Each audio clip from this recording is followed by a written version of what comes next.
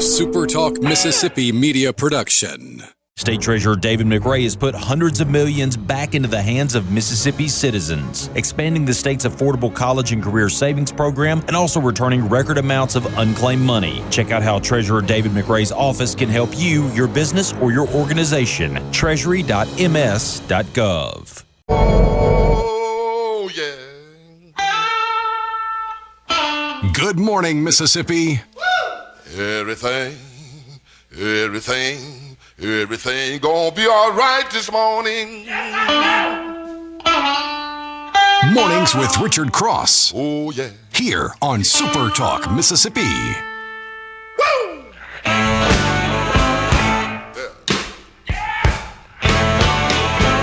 Now, when I was a young boy,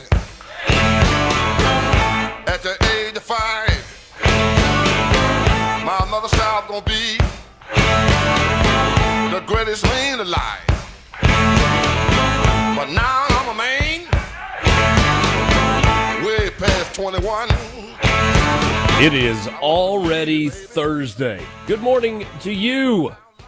It's also the opening day of the Great American Mississippi State Fair in our state's capital. I've still got that tab up on my computer from yesterday.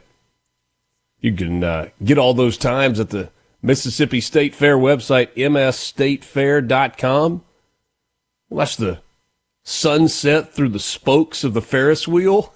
Oh, yeah, get to go down there today for the grand marshaling, where the commish comes in his 67, I think, truck. Has the cornucopia of goodies in the back.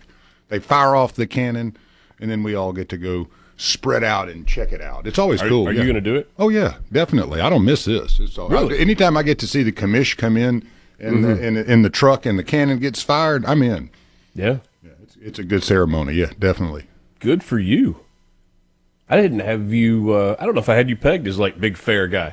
Well, I mean, I just like to get down there. As a kid growing up here, it was always something that we did. So it's always nice to see the. Grab a biscuit while you're there? Oh, of course. Are you kidding me? And go visit with the dudes that are cooking the corn and talk to a few carnies and get some cool stories, where they came from first and how they got here. It's always fun because there's nobody there but media people, really. Will you ride a ride? I don't think they're open for this, but if they were, yeah, I'd be in, man. I love the spinning thing, with the Ring of Fire and all that stuff. Yeah, the crazier the better. I'm in on that. This is Mornings with Richard Cross, presented by Community Bank, rooted in our community. CommunityBank.net. The C Spire text line is open to you at 601-879-4395. 601-879-4395. First message of the day. I love it. My 8-year-old daughter will at least eat 3 ears of corn. Yeah, the corn stuff. Eat at least 3 ears of corn. I don't know how the guys do it, but they have those big mitts on. It'll be 90-something degrees in that big pit fire. And they're just rotating them around and just sticking the arm in there and out. I'm standing over there just sweating, watching them do it. But they're the experts, man. So, yeah. You think they've got the singed hairs on their forearms? Yes. Yeah, they've got calluses, I would guarantee you. They're good at it. But, yeah, you get to see all the different types of food laid out perfectly. The funnel cakes in multiple form. They have 10 or 12 different types with different things on them. I'm more of just the straight up funnel cake guy. Just give me the powder. All I need is some powdered sugar, brother. Yeah, with that thing still a little wet because it's got hot grease. The grease and the powdered sugar kind of melts on it a little bit, and we are now dealing with perfection. They got it figured out, man. And then the Pronto Pup stand. It's a throwback for me. As a kid, the sign has never changed. It's the yellow and kind of black. And it's always an icon. It just brings back a lot of nostalgic, great memories of the fair and childhood anytime you see the Pronto Pup sign. Good news is weather's going to cooperate today, really all across the state. Ripley, sunny skies for you, continued very warm, high of 87 with winds out of the southeast at 5 to 10 miles per hour. Rosedale, you've got sunny skies today, continued warm, high around 90. Mostly sunny skies in Raleigh with a high of 88, winds out of the east at 10 to 15. And Picayune, generally sunny for you, despite a few clouds this afternoon. Slight chance of a rain shower, high 89. Winds east 5 to 10 miles per hour. I think in my mind's eye, when I think of the fair in October, I think of cool days, cool mornings, cool evenings, maybe warm in the day, but, jeans and boots and flannel shirts and all that good stuff. And it's going to be more like shorts and T-shirts and tennis shoes for most of the fair goers, at least for the first week. It gets a little hot. I didn't bring any short pants today, so maybe we're sweating it out, but that's all right. I understand. And I do not know if it is Martha White biscuits, but I can assure you that they're amazing. And the little machine that you jam the biscuit in and they hit the handle one time and the perfect amount of syrup gets in there. Yeah, that's that's one of the cool things, the free biscuits. And don't forget about Malone State Fair taffy too. If you've had some dental work, it's really good to get that and bite into it cold. Yeah. I'll eat a whole box of them. That's my number one thing for the fair, really, is getting the Malone State Fair taffy. Everybody around here, they know that because I'll bring 3 or 4 pieces a day for about a month and just start handing them out to people at the office. And then when I'm done, they're gone. Yeah. Mahatma Gandhi was born on this day in 1869, the Indian independence activist and spiritual leader. He was born in the Katwar Agency in British India. Groucho Marx, born in 1890, the American comedian. Marx Bros, You Bet Your Life, born in New York City. Robert Henry Lawrence Jr., first African-American astronaut, major in the United States Air Force. Born in Chicago in 1935. Only lived, though, to be 32 years old. You may or may not recognize this name, I guess, depending on how big of a sports fan you are. Steve Sable. He was born in 1942. He was a filmmaker that worked at NFL Films. He was born in New Jersey. Steve Sable won 35 Emmys. Yeah, for his work with NFL Film. He was amazing, man. I mean, absolutely. Yeah. If you had watched anything NFL over your lifetime, he probably produced it. Mm-hmm. Like those. I'm being told this is sorry, I didn't mean to do that. When you would watch the old NFL Film stuff, and you would hear from the frozen tundra of Lambeau Field. Steve Sable was producing all those. Yeah. So that was the stuff he was doing. What have we got? We've got Annie Leibovitz, 1949, portrait photographer for Rolling Stone, born in Waterbury, Connecticut. Played in a World Series up there many years ago. Yeah. Fairly industrial place. Sting, 74 today, the British singer-songwriter and bassist with The Police, and then later as a solo artist, also an actor, born in Northumberland, if you are familiar. Are you familiar with this? See if I can take you back to, about 1984, maybe?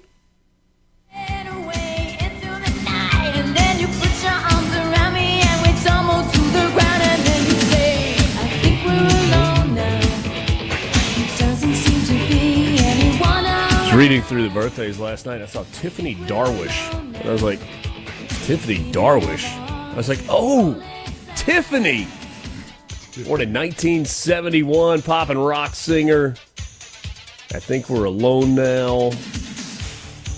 And others. I thought you does that take you to a special place, Lance? I love it. I mean, that's my childhood, right? When I read it first last night, it was fairly late, and I saw Darwin, and so okay, great. So I'm looking I got the Charles Darwin factoid pulled up for the day. The naturalist. He returned home after 5 years. Yeah, it was on the HMS Beagle. Something. The Beagle, man. You got to remember the Beagle. Okay. Yeah, but you think about it. You're going on the ship and you're doing all this naturalist stuff for 5 years, and you come home And literally the only thing that's probably changed is like there's a new cobblestone or something out there. You know, like you think about it today, though, if you're going 5 years and you come back to your home, I mean, would you even recognize it? You know? No. That was kind of one of those moments. I was like, man, he came home and everything was probably just the same way it was when he left it. Yeah. Today in 1789, George Washington transmitted the proposed constitutional amendments known as the United States Bill of Rights to the states for ratification.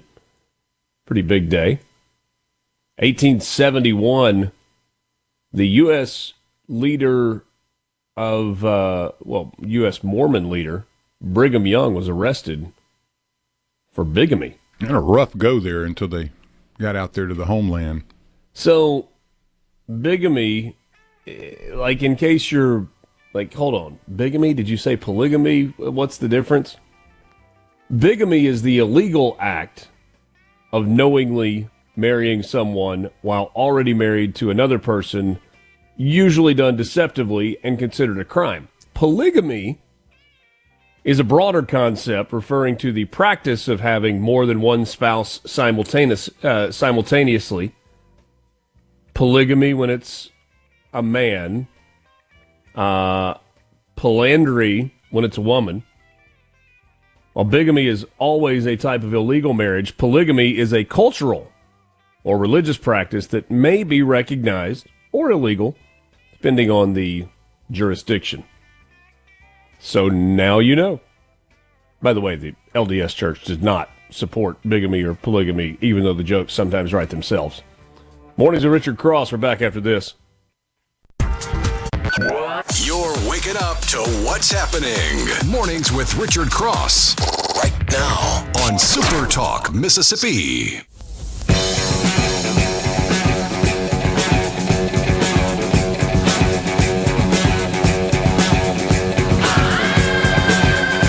MRC with you. Mornings with Richard Cross, Super Talk, Mississippi, presented by Community Bank.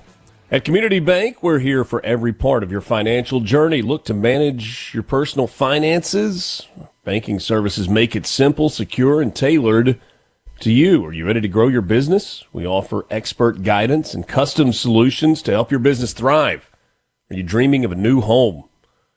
Mortgage specialists are here to make the process seamless, all designed with you in mind. We're more than just a bank. We're your partner for life's biggest moments. Community Bank, rooted in our community. Member FDIC, equal housing lender. This day in 1902, Beatrix Potter, The Tale of Peter Rabbit, published by Frederick Warren and Company in London. I don't know if they felt like they were taking a risk in publishing The Tale of Peter Rabbit, but it was a good one. A good risk if it felt like that at the time. 1919, President Woodrow Wilson has a stroke, leaving him partially paralyzed. How about this? In 1950, the first strip of Charlie Brown, called Little Folks, later renamed Peanuts, by Charles Schulz, is published in 7 nationwide newspapers. Don't trust Lucy, Charlie. She's going to move the football. Yeah, no, don't do that. Thurgood Marshall sworn in as the first black Supreme Court justice in the United States on this day in 1967. 1974, future Baseball Hall of Famer and home run king Hank Aaron hits his final home run as a member of the Atlanta Braves. They beat the brakes off the Cincinnati Reds that night. 733rd career home run in his last National League at bat. He would go on to hit 22 more home runs in his final 2 professional seasons with Milwaukee.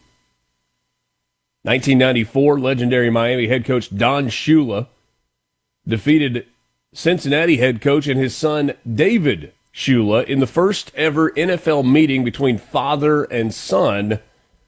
Dad got the better of son. Bengals lost to the Dolphins 23-7.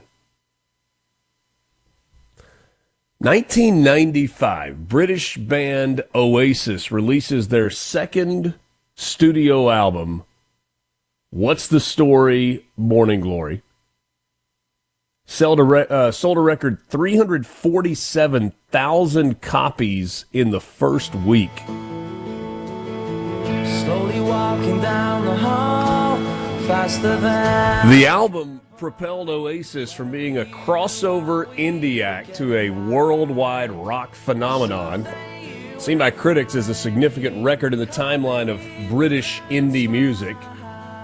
The album yielded 4 major hit singles in the band's native Britain. Some might say Don't Look Back in Anger, Roll With It, and Wonderwall peaked at number 2.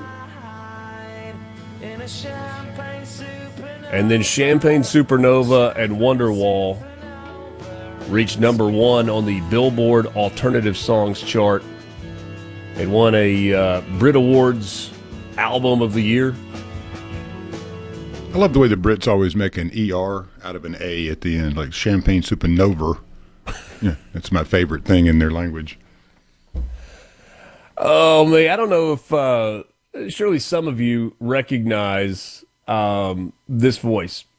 New York City sports talk radio, well, and frankly, sports talk radio, period, changed because of 2 guys. Their names were Mike and the Mad Dog. Christopher Mad Dog Russo is still on Sirius XM. Mike Francesa has retired. And so these things are not entirely related. But when I saw that in 2009, on this day, October 2nd, 2009, the county of Los Angeles and the city of Long Beach declared this Stan Lee Day. And it immediately made me think of Mike Francesa when this happened. Eddie in Hoboken. What's up, Eddie? Hey, what's up, Mike? What's happening? Hey, Mike, Stan Lee died today. Did you ever meet the guy? What do you think of him? Stan Lee. Yeah, Stan Lee. I don't Never know heard who of he Stan is. Lee? Don't know who he is, no. Jesus. Who is he? Who is he? Who is Stan Lee? He was one of the creators of Marvel Comics. Oh, who cares? I mean, I'm sorry, I'm not a comic book guy. Is that who he is, Stan Lee? The guy He created Spider-Man. That was his big thing. Created Spider-Man? Sorry. I never was a comic book reader as a kid. I apologize. Who cares? That is classic. I've heard that so many times. Who is Stan Lee? Who is this He guy? was the creator of Marvel Comics. Who cares? Hey, Mike, did you hear Stan Lee died? Who's Stan Lee? Who did he play for? When I first heard that, I actually thought they were talking about Bill the Spaceman Lee, because, I mean, I'm not a comic book guy either, but, yeah, that was one of those moments where you're like, yeah, I'm kind of like him. I didn't know exactly who Stan Lee was, but I know a lot more about him now, I don't know if I remember this story or not. 2016, Kim Kardashian was at a hotel in Paris, her hotel in Paris, where she was staying, and was robbed at gunpoint of $10 million worth of jewelry. Yeah, that's a walking bank.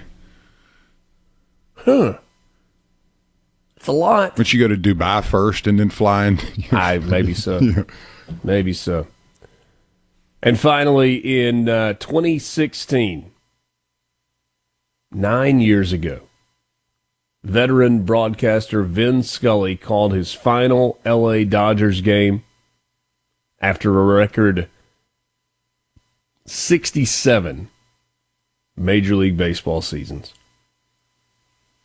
He was the best to me. I mean, It's just debatable. the best to ever do it. A lot of folks liked Harry Carey in this, but I mean, for me, Vin Scully, for your money. Hey, did you know on this day, too, and it seems like it's not that long ago, but it actually, 2017, Tom Petty died on this day. And it just doesn't seem like it's been that long, I thought it was just a year or two ago, but man, what a loss there. Here's a store. All right, some news headlines for you. Lieutenant Governor Delbert Hosemann announced yesterday that the Senate Study Committee on Jackson will focus on strategies for strengthening and boosting economic activity in the metro area, while the Senate Study Committee on Housing will take a statewide look at addressing the shortage of attainable housing and increasing accessibility for those looking to purchase a home for the first time. So this Senate committee mirrors the House of Representatives Capital and Metro Revitalization Select Committee. It's going to be chaired by Senator Walter Michel from Ridgeland, David Blunt from Jackson, Sally Norwood from Jackson are serving as vice chairs, Hillman Frazier from Jackson, Dean Kirby from Pearl, Brian Rhodes from Pelahatchie, Andy Berry from McGee, all on the committee. Hoseman hoping the committee will help officials come up with ways to promote Jackson, which has experienced a gradual population loss over a span of several decades, as a tourism hub, while also revamping the city's downtown area through economic development and entertainment opportunities. There's a hope now with John Horn sitting in as mayor in Jackson. The lieutenant governor appears more optimistic now than perhaps in the past that leaders can make meaningful headway in steering momentum in the capital city's favor, with the state aiding in that effort. Here's hoping. Hope the committees come up with some great ideas and the people are receptive to them and all the things that have to happen, because there are a lot of things that have to happen to get to the finish line on that. Lance biting his tongue right now. Yes. A former Mississippi high school basketball coach faces up to more than 100 years in prison for grooming and sexually abusing an underage student athlete. I feel like I was too graphic one time when I described a particular form of indie justice that would be appropriate. So I think probably all of us have, like, you know what that person deserves? He deserves this. Probably shouldn't voice it, but, you know, pull that image up in your mind. Willie Alexander Jr. formerly served as an assistant coach at Clinton Christian School, pleaded guilty to sexual battery and child exploitation in connection with crimes that he had committed against a 14-year-old. Back in 2022, the victim's mother reported to police that her son informed her of an inappropriate relationship with Alexander that had been going on for several months. Alexander reported to have showered the victim with gifts in order to coerce him into engaging in sexual activity. Teenagers also said to have traveled out of state with the coach on numerous occasions. They were planning a trip to Disney World together after the victim revealed all of this information to his mother. Alexander unexpectedly showed up at the family residence. Not great timing. While he was there, he admitted to the victim's mother that he had taught the student how to use a condom. Officials report that a search warrant was later executed at his residence, Alexander's. They found at the scene sex toys, multiple recording devices, including a hidden recording camera that had been concealed from inside a van parked at the home, also contained items for sexual activity. Under the jail is not nice enough. From the sea. Waking up Mississippi. From South Haven to Scuba. It's Mornings with Richard Cross on SuperTalk Mississippi. And I'm tired of taking blame when I ain't done nothing wrong. I'm tired of other people trying to take what's mine. And I'm tired of y'all playing dress up and trying to sing them old country songs. Oh, now, some days you kill it, some days you choke. Some days you blast off, some days you just smoke. Welcome again. It is Mornings with Richard Cross. It is 6:38 on Thursday morning, October 2nd. Glad to have you along. We'll have a lottery update for you coming up in a little while. Next segment of the show. Coming up also this morning, we are going to visit with Congressman Michael Guest. Great visit yesterday with Mike Eazell. Michael Guest will be with us this morning in the 8 o'clock hour. Mike Marsh is going to join us. He is and we did this, I remember a couple of years ago. I got to visit with Mike. He's the founder and director of the Renaissance Eurofest auto show, car show. And it is a really cool conversation. So we'll dive into that in the 8 o'clock hour with Mike. Mike's a great guy, too. I grew up with his kids and have known him my whole life, man. He is such a great guy, and they run a wonderful show out there, too. So if you're in the neighborhood, you got to check it out. Yeah, it'll tell you when and where and tickets and all the things.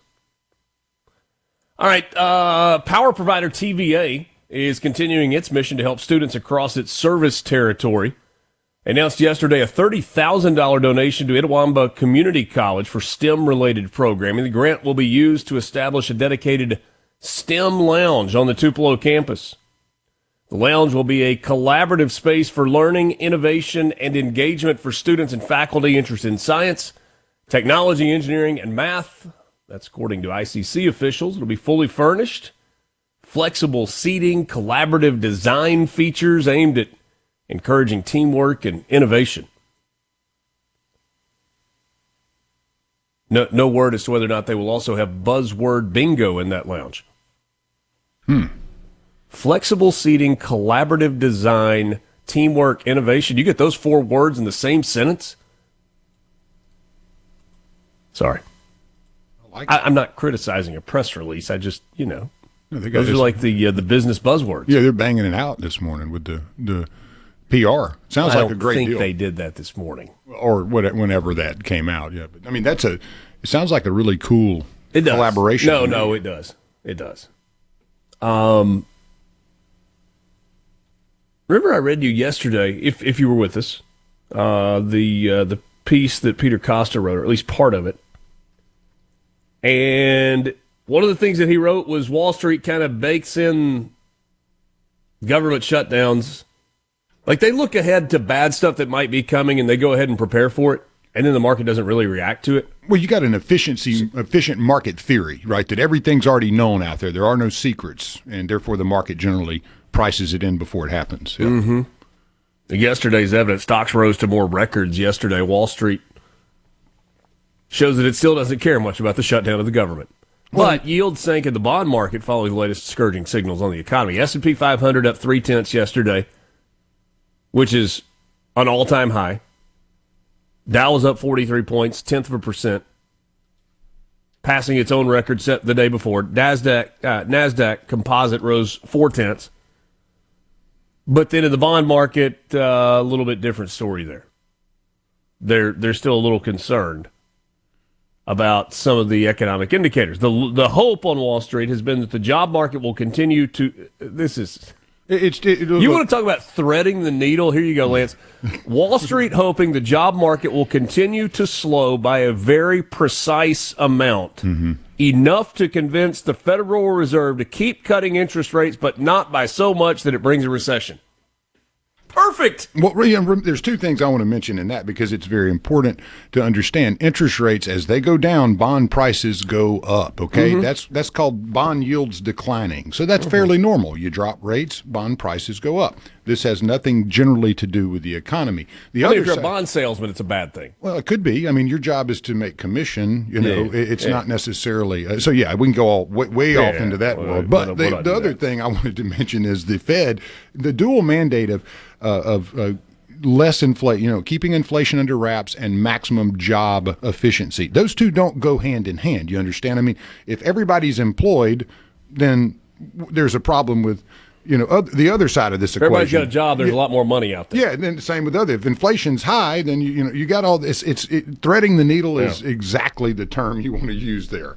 That's a perfect way to describe it. Everybody's got a job, and there's a lot more money. Lots of people are spending money. Therefore, prices are going to go up because there's a lot of money in the economy, and they can. Yeah. So that's the jockeying you're trying to deal with here, and that's why I've never been a fan of the Fed possessing this dual mandate, and really only the dual mandate, because it is very myopic, in my opinion. One goes well, the other's going bad. Then the other goes up, the other goes bad. So it's a seesaw that they're always trying to, as you said, thread the needle, and they never can get it right. Yeah. Not for the long term.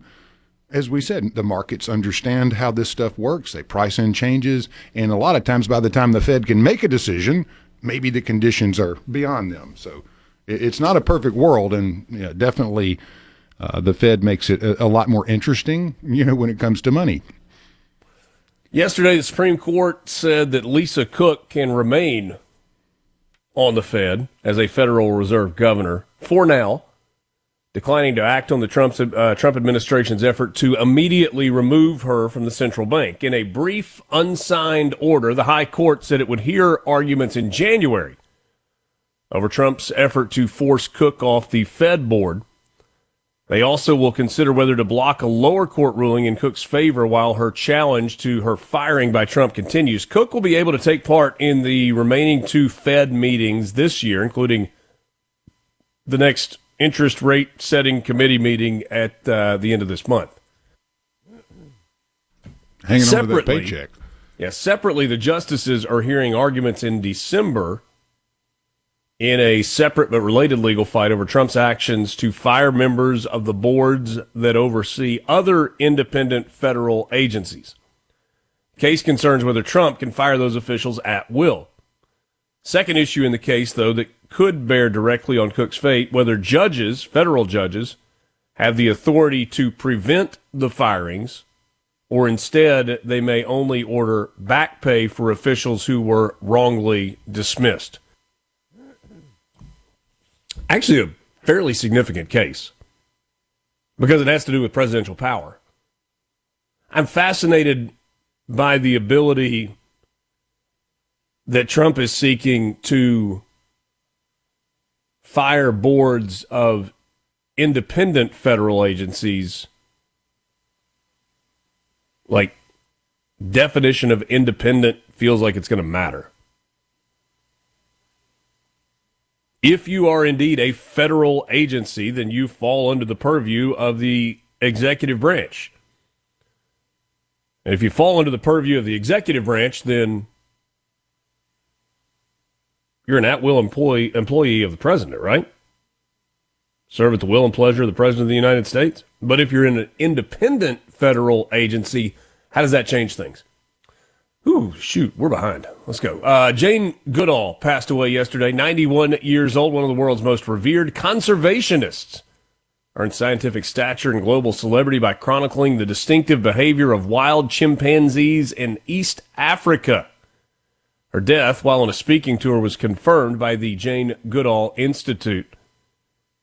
She was 29 years old in the summer of 1963 when Nat Geo magazine published her 7,500-word, 37-page account of the lives of Flo, David Graybeard, Fifi, and other members of the troop of primates that she had observed in the Gombe Stream Chimpanzee Reserve in what is now Tanzania.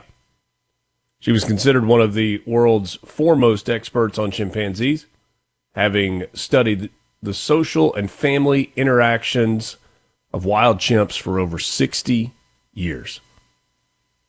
Life well lived. Good job. Sports headlines brought to you by Pearl River Resort, your home for family fun, casino thrills, and live entertainment. Visit them online, pearlriverresort.com. Only one college football game tonight. Sam Houston State is at New Mexico State. They're playing that one at 8 o'clock Central Time in Las Cruces. Major League Baseball playoffs rolled on yesterday. Guardians and the Tigers have a deciding Game 3 after Cleveland won 6-1 yesterday over Detroit. Cubs and the Padres are headed for a Game 3. Padres blanking the Cubbies 3-0 yesterday at Wrigley. Game 3 this afternoon. The Yankees forced a Game 3 with a 4-3 win over the Red Sox. And the Dodgers said, nah, 2 games is enough, thanks. 8-4 last night over the Red Stockings, Red Legs. I like the Red Leggings best. That's nice. Yeah. 8 runs, 13 hits. Yamamoto was great. Shohei drove in a run. And by the way, Shohei Ohtani will now get the Game 1 start in the division series. So 2 o'clock today for the Tigers and the Guardians. Padres and Cubs at 4 from Wrigley. Afternoon playoff baseball from Wrigley. Are you kidding me? Gotta love that. Sign me up. 7 o'clock tonight at the stadium. Red Sox, Yankees. Winner goes to the division series. And one NFL game tonight, 7:15 on Prime. 49ers and Rams. Lottery update coming up next. Mornings with Richard Cross. Super Talk, Mississippi. My crown, and I won't back down. From Want to know what's happening in Mississippi politics? Yes. You're in the right place. Mornings with Richard Cross on Super Talk, Mississippi.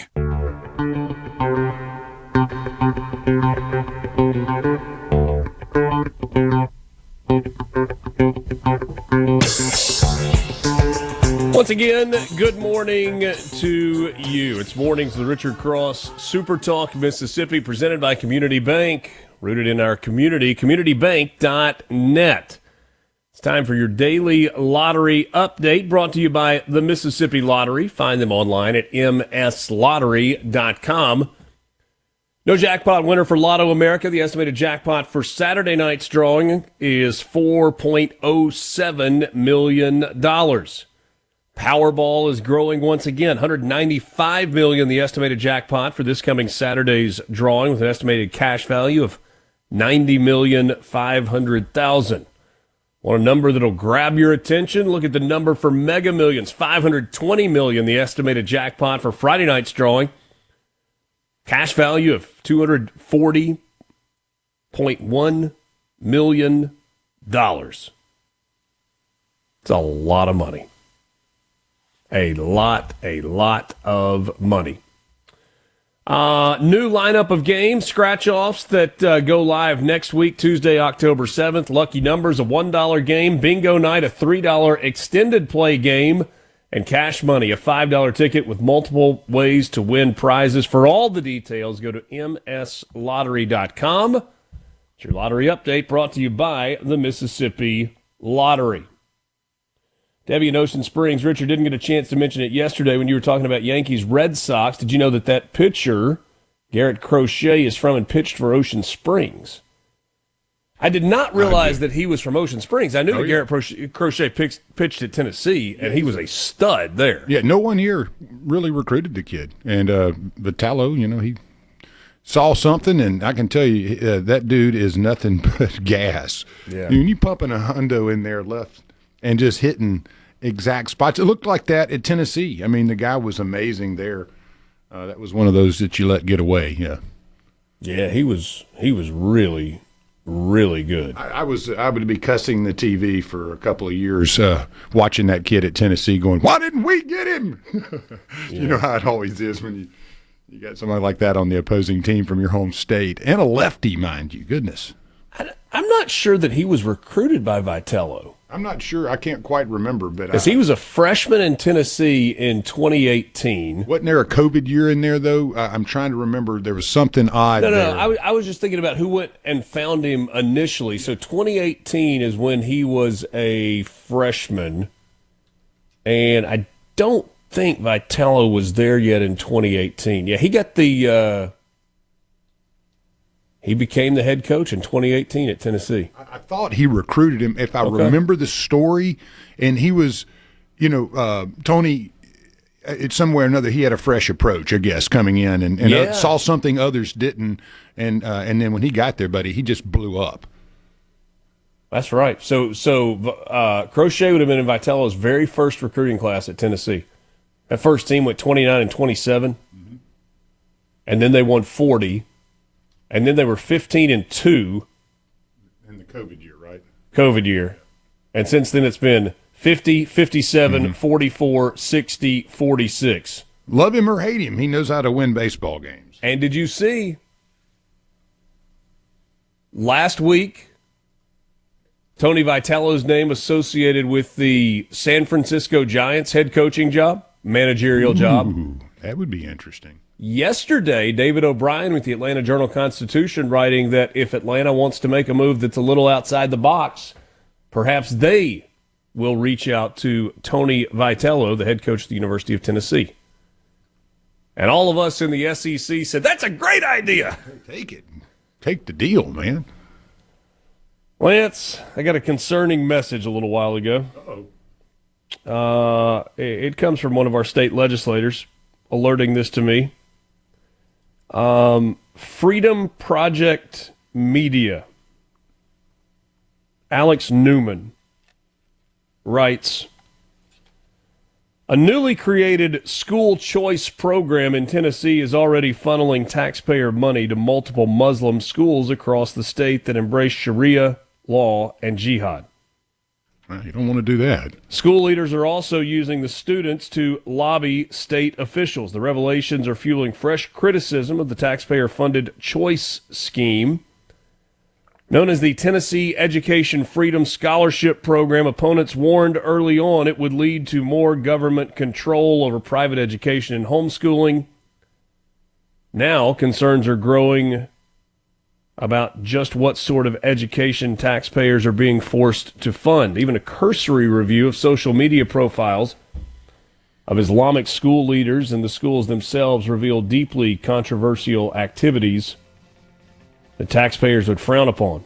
Well, we had one of our listeners, it must have been 2 or 3 weeks ago, and if you're out there listening today, mentioned it. Yeah, mentioned that exact question. So thank you for the thought, and now we've come full circle. And I remember thinking that was kind of an out there thought. Yeah, I did too. I was like, that's kind of on the fringe, but apparently not. You're living in tinfoil land, but maybe not. Tennessee Representative Jody Barrett warned his colleagues about the fact that this would happen when the government-funded choice legislation was voted on. He apparently is right. Tough times, friends. Can't look away, man. So much to get to this morning. We're gonna dive right in. Stephen Miller breathing fire in Memphis last night. The views and opinions expressed by the hosts, guests, and callers on this show are not the opinions of TeleSouth Communications, its management, or advertisers. Mornings with Richard Cross on SuperTalk, Mississippi. Welcome to the show.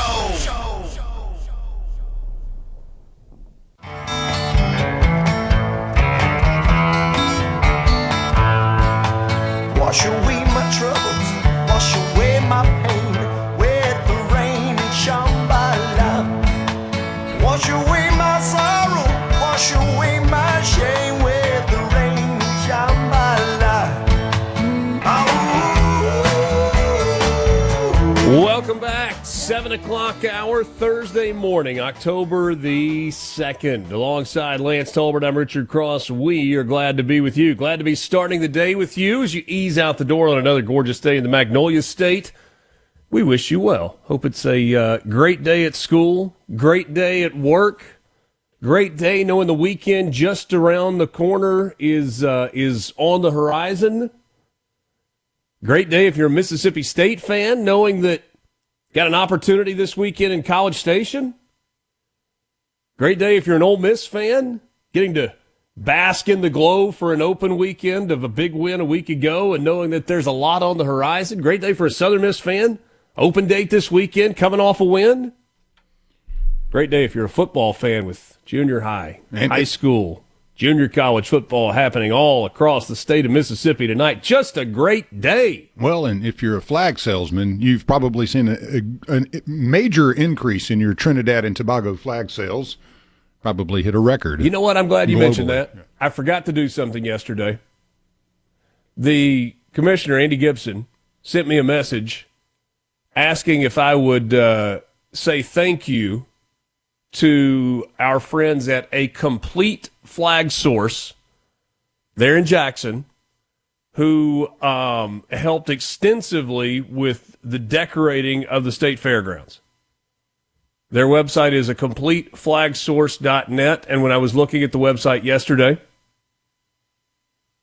I did, out of curiosity, hit the search bar and type in Trinidad, and yes, you can get your Trinidad and Tobago flags from A Complete Flag Source. You can also get your American flags from A Complete Flag Source. They've got all the stuff. Man, they've been doing it for a long time, too. Yeah, no, great outfit. Great outfit. Let's see. What do we have to do? We got to, I need to tell you that this hour of the show is brought to you by MWG Employer Services. Running a business is tough. If you're struggling with HR, benefits, and payroll, you are not alone. That's where MWG Employer Services comes in. They can provide a full range of employer services plus a custom plan that fits you. 601-206-6638. 7966. 601 206 7966. The number for MWG Employer Services, MWGEmployerservices.com. For a while now, we have been hearing about the Memphis Safe Task Force. Feels like with D.C., Trump said, hey, we're going in, and they went in, and they got to work. With Los Angeles, they went in. The strategy appears to be different in Memphis. That this is very much the National Guard, but not just the National Guard, federal agents from multiple three-letter organizations all working together to try to eradicate Memphis's crime problem. And friend, if you don't think there's a crime problem in Memphis, I don't know what to tell you. And there's something that might be like, yeah, but Jackson, yeah, don't yeah, but me. Don't well about that me. Jackson has a crime problem. Well aware. Memphis has a crime problem. I grew up going to Memphis, and it was only, I don't know, gosh, it's probably been 10 years ago now, where I had truly a feeling of this is unsafe. I do not want to be here with my family. And interestingly enough, it was like the 3rd of July. It was a Redbirds game after they had shot fireworks and were just in traffic getting out. And I'm looking at the things that are happening around me and the people that are around me. My wife is in the car with me. I've got a young daughter and my niece that are in the car as well. And I'm genuinely looking around going, I don't like this at all. I need to get out of here. Memphis, Tennessee is not supposed to feel like that. And if Deputy Chief of Staff for Policy Stephen Miller and Pete Hegseth and Governor Bill Lee and others have their way, it's not going to feel like that anymore. Police Department, to the officers that I see sitting in front of me, we are about to provide you with a level of support you cannot even imagine. This isn't just a task force. This is a all-of-government unlimited support operation. ATF, DEA, FBI, ICE, Department of War, every resource we have. And they're not going to be sitting behind a desk at a keyboard. We are sending in real cops with guns and badges to go out with you on the street every single night making arrests. These are people who have taken down drug cartels, kingpins, the worst criminal offenders in the United States, standing with you shoulder to shoulder to shoulder. All we ask from you is to show up at roll call every single night with your brothers and sisters in the federal government and to go out and get the criminals off the street. And if you do that, I pledge to you, we will liberate this city from the criminal element that has plagued it for generations. This is not just a strategy shift. This is an attitude shift. We are not going to live in an environment anywhere where there is a street that belongs to a criminal, where there is a neighborhood that belongs to a gang, where there is any physical space anywhere that belongs to anyone other than the law-abiding citizens and families of Memphis. That was Stephen Miller last night. I'm going to stop it right there because there's an expletive I'm going to try to avoid. For those of you that have got little ones in the car, I will tell you that this was an audience of Memphis police officers and others.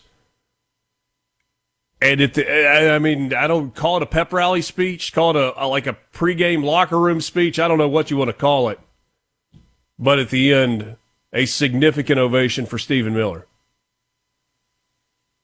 If you are doing it the right way as a cop, if you are doing it the right way in terms in law enforcement, if you live in Memphis or the surrounding areas and you are sick and tired of feeling unsafe in your hometown, and what kind of a balm did those words feel like? To hear Stephen Miller, who make no mistake about it, has the president's ear and is delivering a message on behalf of the President of the United States of America, for him to say this is an unlimited resource operation. You do realize that everybody was up in arms about, oh, we don't want the National Guard. Get the National Guard out. Can they even carry weapons in these cities? What's the National Guard going to do? It's not what they're trained to do. And the administration has pivoted a bit. And they've said, you know, you're right. We need to use all the resources of the federal government. The FBI, the DEA, ATF, local police departments, local sheriff's departments, the National Guard, HRT if necessary, ICE, Border Patrol. Are there any other agencies we can bring in? Because we will.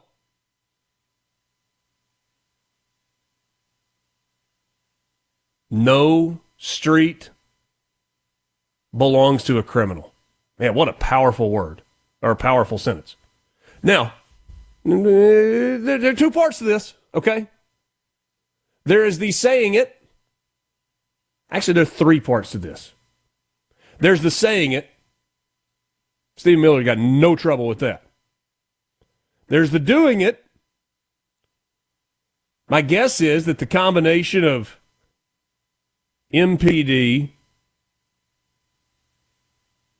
Shelby County Sheriff's Department, FBI, DEA, TBI, ATF, ICE, my guess is they're going to do it.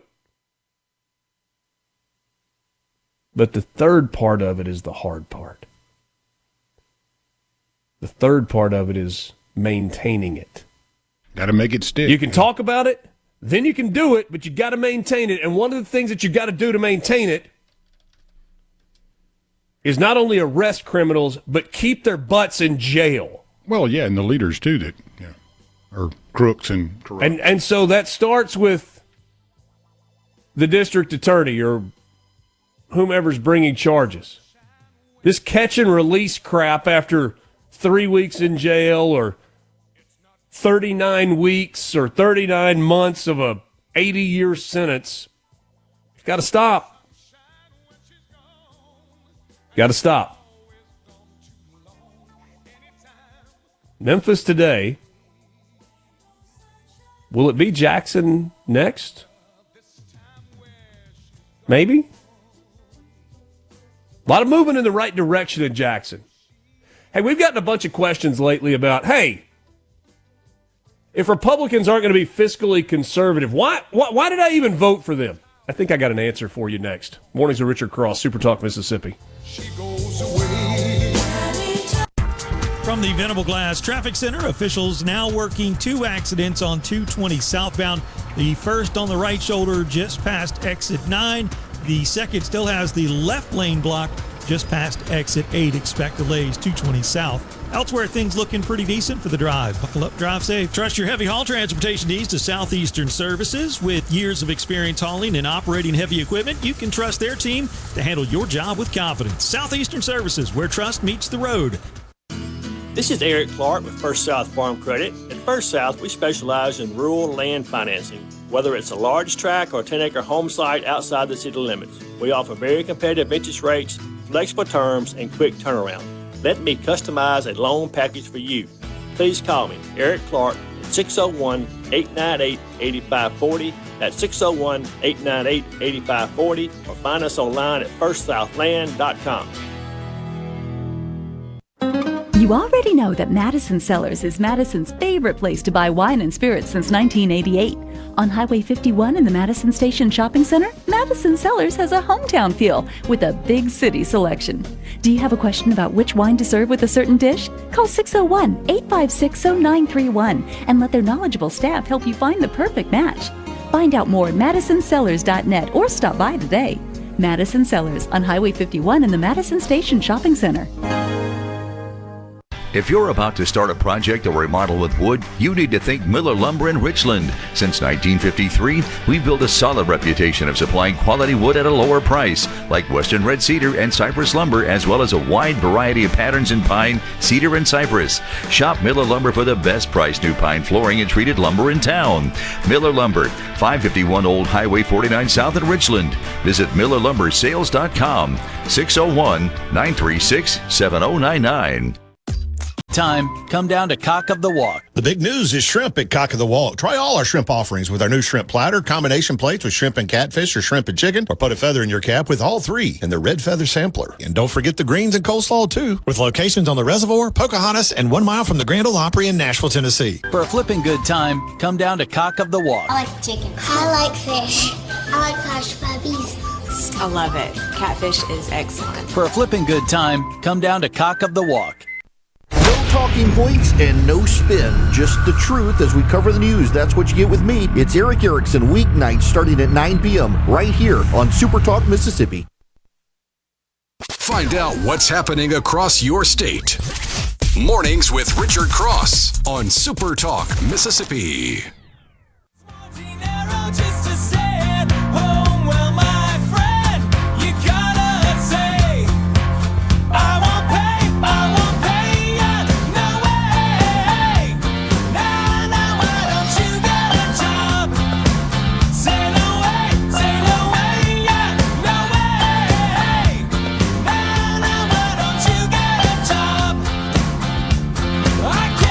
Good to be with you. Mornings with Richard Cross, presented by Community Bank, rooted in our community. CommunityBank.net. At Community Bank, we're more than just a place to manage your money. We're your neighbors, your partners, and your trusted financial advisors. For decades, we've been rooted in our community, helping families, small businesses, and individuals achieve their dreams. Whether it's opening your first savings account, planning for a brighter future, or growing your business, we're here every step of the way. We're dedicated to our customers, committed to your success, and always here when you need us. Community Bank, rooted in our community. Member FDIC. C-Spire text line's open, 601-879-4395. Thomas, I hadn't seen a message from Thomas this morning. Yeah, I hope he's all right. I do too. I don't know if he's here or not, but it's okay. My assumption is he's not right now, or we would have gotten a message. But Thomas has posed the question a number of times. Somebody yesterday threw this out as well. I think it was Louis yesterday. There's Thomas. Good morning. And the question or the statement has been I don't even why vote Republican? And Thomas has made the point that the argument is, well, it's better than if it was Democrats, is not an argument that holds water or can't be as bad as it would be. So why even bother? Well, have you looked around? We're just talking about Memphis. Longtime Democrat leaders in the city of Memphis, and where is it? Literally, as we speak, a federal task force has taken shop up in Memphis, composed of the Memphis Police Department and the Shelby County Sheriff's Department and the FBI and the DEA and the ATF and ICE and Border Patrol, etc., to try to restore law and order in Memphis, Tennessee, a city that's 70 miles northwest of where I sit right this second. Jackson, Mississippi has a crime problem. We've talked a lot about the statistics, about the fact that they're moving in the right direction. We've had police chiefs, we've had sheriffs, we've had, well, I think we have a mayor right now that believe in moving in the right direction. But you know what else we've got? Decades of Democrat leadership in Jackson. Decades of Democrats on the board, in the city, and in the mayor's office, And you can push back on that. You say, oh, Richard, well, that's not. No, it's true. It's true. Under Democrat leadership over the last several decades, Memphis has been in a downward spiral. Jackson has been in a downward spiral. Have you looked at what's happening in Portland, Oregon? I'll make a point here. What's happening in Pearl and surrounding cities of Jackson? But hold on, I'm on a roll. Let me get through this. It's not just. I started with those because they're local. So the question is, why even vote Democrat? And Thomas, you come in here with an apples and oranges comparison. No, it's not apples and oranges. It's not apples and oranges. Because you want to throw out this big thing. Well, Republicans aren't doing anything, and they're not fiscally conservative. And you're right, they may not be. But when you ask a question as serious as, why should I even vote for them? Let me tell you why you should vote for them. Have you looked at what's going on in Portland? It is anarchy. Anarchy. Night after night after night, Antifa is raiding the streets of Portland, Oregon. How many times has this happened? Second, third, fourth times? It has become a haven for Antifa activity. They call themselves anti-fascist, whatever. It's anarchy. It's rioting. It's stealing. It's theft. It's violence. And you know what? The Democrat leaders of the city of Portland have allowed it to happen. Have you looked at Dearborn, Michigan? Are you familiar with Dearborn? Suburb of Detroit. You know what's going on in Dearborn, Michigan? I'm going to play it for you. 6 times a day. Now, let me draw a comparison to home real quick. There is one way to absolutely know what time it is in Oxford, Mississippi. On Wednesdays at 11:55 a.m., if you are anywhere in the city of Oxford, you hear, they test the tornado sirens, and it lasts about 30 seconds, and it makes you feel like your ears are bleeding. 11:55 every single Wednesday, once a week. How would you like to wake up to this at 5:30 every morning in Dearborn, Michigan?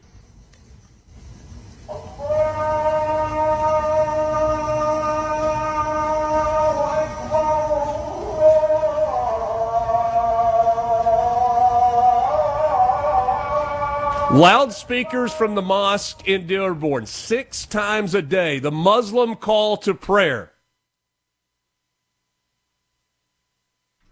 If Ilhan Omar had her way, everybody would have to listen every day to that. 6 times a day. What else is going on in Dearborn, Michigan? This is a post from Matt Walsh. This is not profiling. This is just giving you the facts. The mayor of Dearborn, Michigan is Abdullah Hammoud. The guy running against him in the mayoral race is Najee Al-Mudhegi. The mayor's chief of staff is Zainab Hussein. The police chief is Isha Shaheen. He oversees the commander of the patrol division, Madhu Bazi. The public health director is Ali Abazid. Don't forget city council members Kamal Al-Safi and Mustafa Hammoud. The chief of police was that there is Arabic writing on the shoulder patch of police officers' uniforms in Dearborn, Michigan, in the United States of America. The mayor of Dearborn, Michigan, goes after people who do not seem to not only be accepting and tolerant, but embracing Muslim culture within their community and tell them to get out and the place will be better when they are gone. The mayor, an elected official. So that's what you're voting for. Do you think any of those people are Republicans? You think they're conservatives? And you ask a question. What? I mean, if we're not fiscally conservative enough, and I'm not belittling that, but do not be so myopic that you have this one issue view. You're like, you know what? It doesn't even matter if I vote because Republicans are going to spend money just like Democrats are going to spend money. On what? What are they going to spend it on? Is it going to be focused on you? Is it going to be focused on protecting our borders? Is it going to be focused on making sure that we're safe to threats from abroad? Is it going to be focused on sustaining Social Security, which you've paid into and you've earned? Or is it going to be focused on policies that allow American cities to turn into bastions of Islamic culture at best? And I don't know if you know this or not. Thomas, stop it. Thomas, you want to fight me on this? That's fine. Go vote for Democrats. I don't even care anymore. I'm tired of arguing with you, Thomas, about these are local issues. Really? Are they? Ilhan Omar's a local mayor, or is she a congressperson? Woman, man, however you want to vote. You don't think that people at the national Democrat level are supportive of these? Have you listened to AOC talk? Have you listened to Jazzy Jeff talk out of Texas? Bernie's full-on socialist. New York City's about to put a Democratic socialist as mayor of the city. God bless what once was the greatest city in the world. You've got to wake up. Thomas, you and everybody else. And Thomas, I get it, man. You are a fiscal hawk. You are a conservative among conservatives. But we've reached the point where the question is dumb. Oh, why do I even vote for Republicans? Well, there are about 138 reasons other than fiscal conservatism. Yeah, there are. There are a lot of reasons. Health, safety, and the future of the United States of America. And look, don't think that it's isolated to, that's the upper Midwest. That would never happen in the South. You been to Atlanta lately? A couple of years ago there for a football game to start the season, walked out of our hotel, and it was like this Muslim Brotherhood deal out in the street. Shirts off, beating their chest, chanting. I'm not saying that anything that they were doing was wrong, per se, but I will tell you from this segment of Mornings with Richard Cross is brought to you by Covington County Hospital in Collins, where your health matters. From the White House to your hometown, this is where you find out what's happening. Mornings with Richard Cross on Super Talk, Mississippi.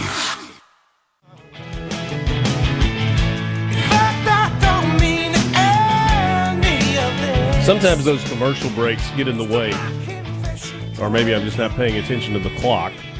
William asked me to finish my thought. As we were going to the break, I was talking about these scenes that are happening in cities across the country. Dearborn, Michigan was what we were talking about, the federal presence in Memphis. Don't think it's just Los Angeles and New York and Chicago, though. It's going to hit home in the Southeast as well. And I was sharing the story from a couple of years ago around Labor Day.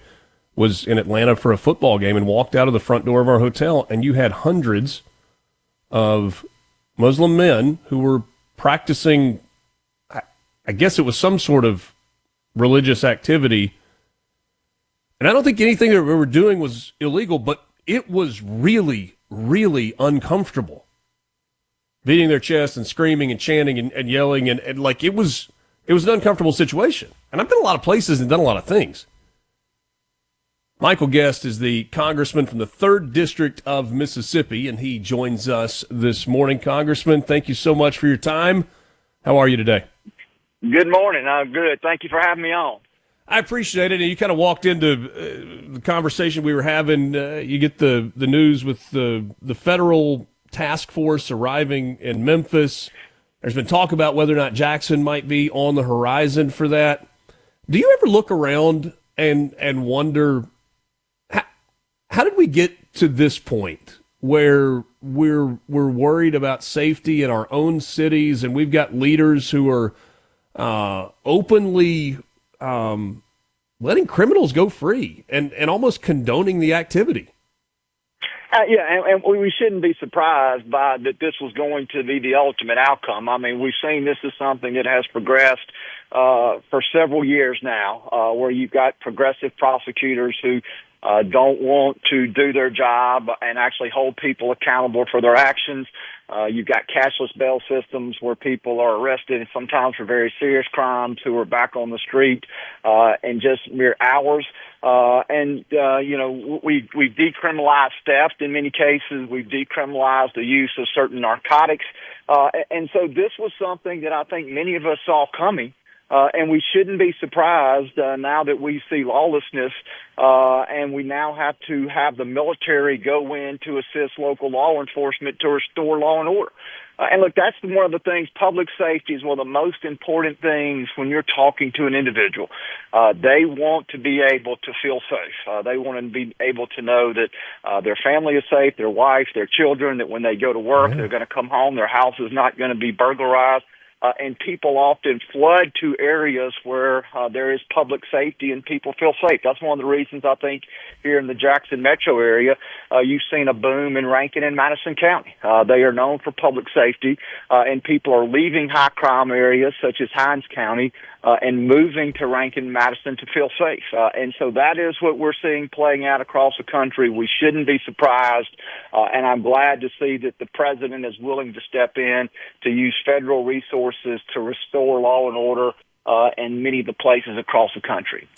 The thing that is, I think we've seen National Guard goes to Los Angeles and the civil unrest that's happening there ends almost overnight with a strong presence. Washington, D.C., we've seen the crime statistics drop dramatically since National Guard had a presence there. Memphis is an interesting challenge, or it's an interesting case study because it's not just the National Guard. It's this task force of FBI and DEA and ATF and local law enforcement and multiple government agencies. And I have no doubt that they can clean up drastically the issues in Memphis. But what you mentioned a second ago with district attorneys and judges, are they going to keep these criminals in jail? Or is it just going to go right back to how it was? Yeah, and that's a great question. I mean, with the surge of resources, you will see a decrease in crime rates. You will see that people will feel safer. But those federal resources, they're not going to be there forever. At some point, those individuals are going to return to their homes, are going to be redeployed to other places across the country. Yeah. And so places like Memphis, places like Washington, D.C., they've got to be prepared once these federal resources leave to be able to keep up the fight. And we can't return back to what we saw before they arrived. So you've got to have an investment within the police departments, the sheriff's departments. They've got to be additional officers who are hired. And look, the prosecutors are so key to this. As a former prosecutor, I can tell you that you can have the best law enforcement in the entire world. They can go out and they can make great cases and they can arrest people and they can solve crimes.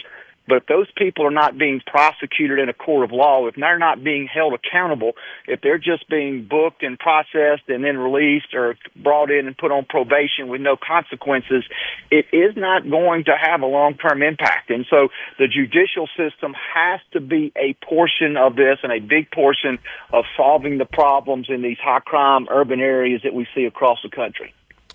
Michael Guest is my guest, U.S. Congressman representing Mississippi's 3rd District. We visited with your brother-in-law yesterday, Mike Ezel, your colleague from just down the road. And he was not under the impression that this government shutdown was going to last all that long. No, he was not on the record as saying, it's going to be over in 3 days. But he said, hearing from Republican leadership, House leadership, it doesn't feel like this is going to be an extended shutdown. Do you agree with that, or do you have a different opinion? I'll tell you that there is a pathway. There's a pathway to very quickly end the shutdown, and that would be that Democrats come to the table. They do what they did over a dozen times during the Biden-Harris administration, that they support a clean short-term CR. And they reopen the government. That's ultimately going to be for Chuck Schumer to decide there in the Senate as to how long he wants to play these political games. And look, Richard, I view this as a politically driven shutdown. This is not an issue-driven shutdown. Democrats have tried to claim that this is about health care.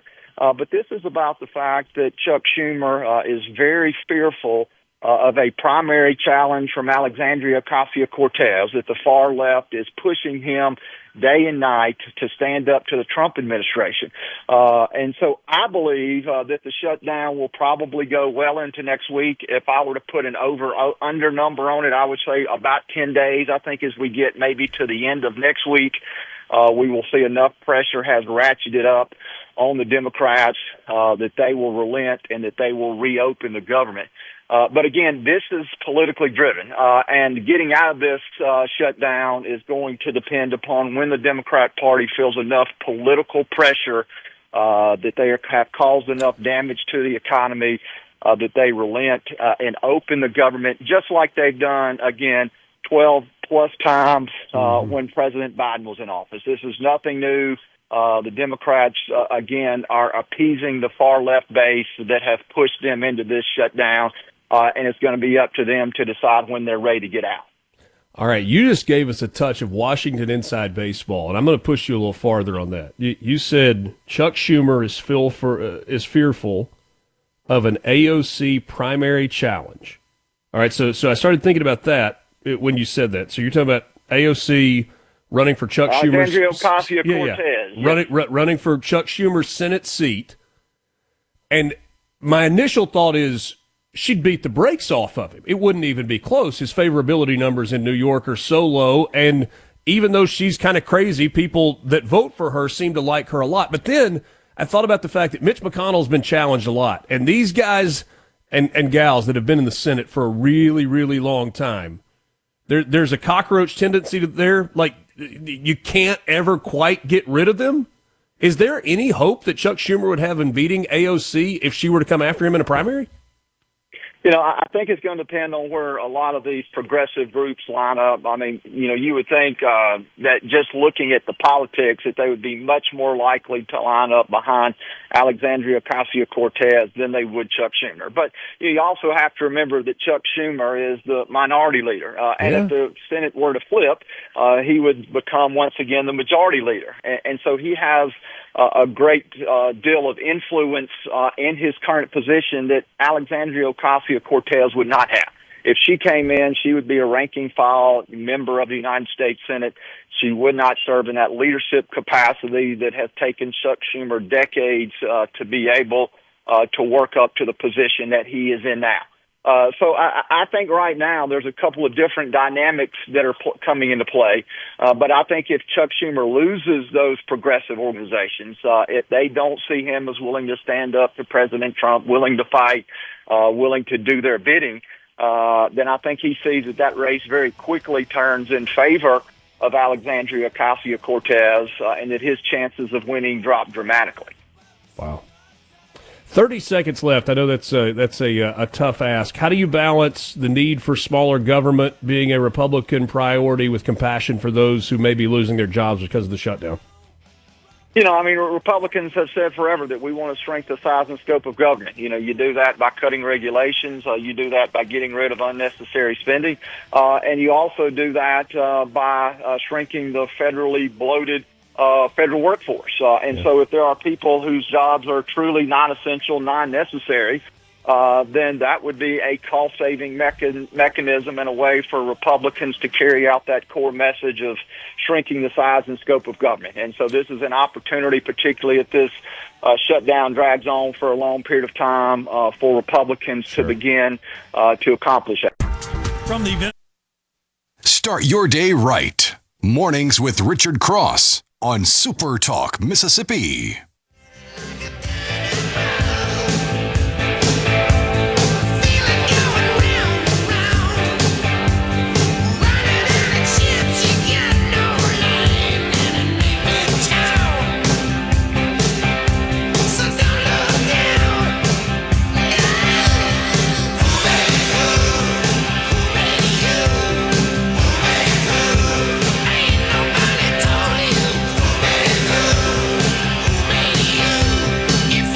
Good to be with you. It's Mornings with Richard Cross. Thanks for joining us. Today is day one of the Sanderson Farms Championship in Jackson at CCJ. Middays with Gerard Gibbert and Sports Talk Mississippi We'll be live at the Sanderson Farms Championship. Get your tickets today at SandersonFarmsChampionship.com. Click on tickets and support charities, including Children's of Mississippi. Let's see. The golf should be underway. Got an early leaderboard, really early leaderboard. Mac Meisner's 2 under through 3. Sam Ryder, Ben Coles, Matt Neesmith, Chan Kim, Patrick Fishburne, Ben Silverman, Adam Hadwin, all at 1 under par. So golfers just getting out onto the golf course. You got like 24 golfers that are off so far. Going to be a great day. Highs in the upper 80s, right around 90 degrees. Abundant sunshine. May want a little sunscreen. Probably hit that merchandise store. They have the greatest merchandise store on the entire PGA Tour at the Sanderson Farms Championship, Lance. I've been to it many times. Yeah, I love it. So good. So I can't afford it, but I did splurge the last time and got a nice expensive hoodie sleeveless deal. It was not worn the heck out of it. A sleeveless hoodie? Yeah, it's like one of those Robert Miller. What is it? Peter Millar? Yeah, Peter Millar. Yeah, you can tell how much shopping I do. Robert Miller, Peter whatever Millar, his name is. Yeah. Thinking of the press secretary, maybe. Maybe Robert's his first name. Maybe it's Robert Peter Millar. Yeah, we'll go with that. But yeah, I love it. I mean, if I could afford that stuff, I'd wear a lot more of it. You love the logo, though. That's the best. The Reveal or whatever the chicken's name is. The Reveille. Yeah, Reveille. Yeah, he's awesome. Yeah, it's fantastic. That is the coolest trophy. Kind of sits on a little pedestal there. I'm gonna cool the temperature off just a little bit. Oh no, please don't. I love it.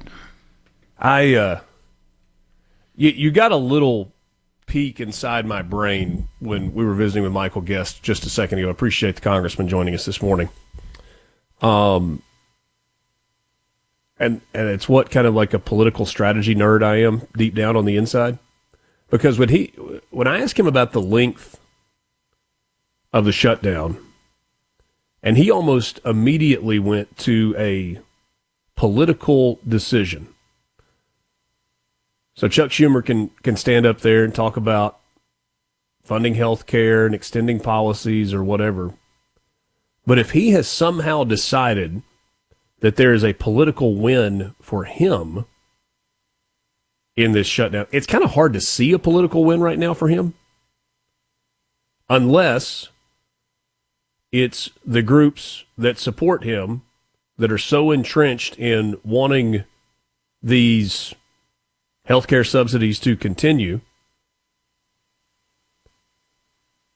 and he is shoring up support because of an expected challenge in a primary to him by AOC, then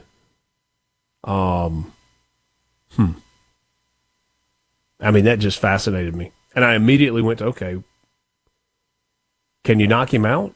Well, Talking about the minority leader in the Senate. And if the Democrats were to win a majority, he would become the majority leader again, and that is a really, really powerful position. But, I mean, I'm telling you, I think if AOC ran against Chuck Schumer in a primary, I think she'd beat the brakes off of him. Like, his favorability numbers are like, now, I don't know if those are national or New York numbers, like minuscule. Maybe even single digits. Certainly not out of the 20s. I asked Congressman Ezell off air. I said, after she had basically petitioned everyone reaching out to her directly from the Republican Party, said, man, she seems to really be trying to run the show. He goes, oh, she is. So I can imagine Schumer has some warrant to the worry. Seems like she's coming out ready to go, and that will be a very interesting battle between those two. So I gave you Dearborn, Michigan, giving you Los Angeles and Chicago and Boston and New York. And maybe the immediate reaction is, okay, well, we're talking about the left coast and the liberal upper Midwest and liberal big cities. It's not a Southern thing, but it is. Senator Mays Middleton in Texas sent a letter yesterday to Chris McLaughlin, CEO at DFW, one of the busiest airports in the United States, inquiring about something that happened at the the chapel inside DFW. If you've ever been there, you know there's like an interfaith chapel where anybody is supposed to be able to go quietly, kind of for a peaceful situation. Points to a social media post that noted a Christian pastor was denied access to the chapel during the event, an event in which those of the Muslim faith had kind of taken over the interfaith chapel, and said they were having a prayer service, and this Christian pastor was denied entry in there, and he wants answers from the CEO at DFW.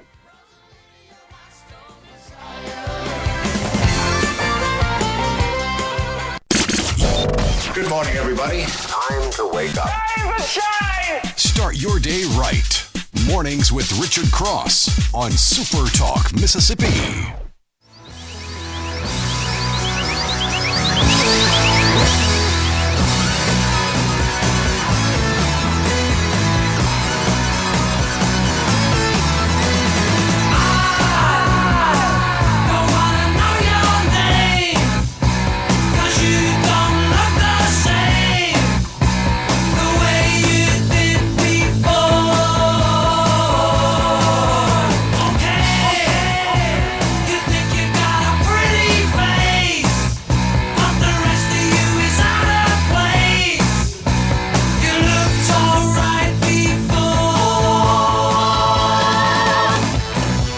Hour. Good morning to you. Thanks for joining us. Mornings with Richard Cross on Super Talk, Mississippi.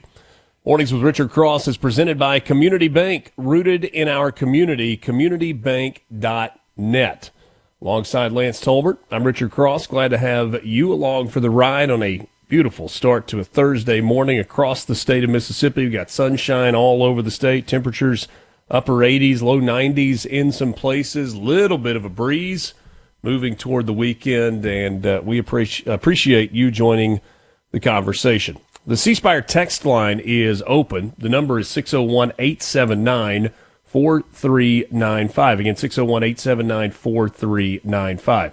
Ready for your winning strategy? Here it is. Join C Spire. All the technology and support you need to succeed at home, at work, and everywhere else. Visit cspire.com today. C Spire, inspired by you. Coming up about 15 minutes from now, maybe 12 minutes from now, Mike Marsh will join us. He is founder and director of the Renaissance Eurofest, which is coming up soon, the 18th annual Renaissance Eurofest.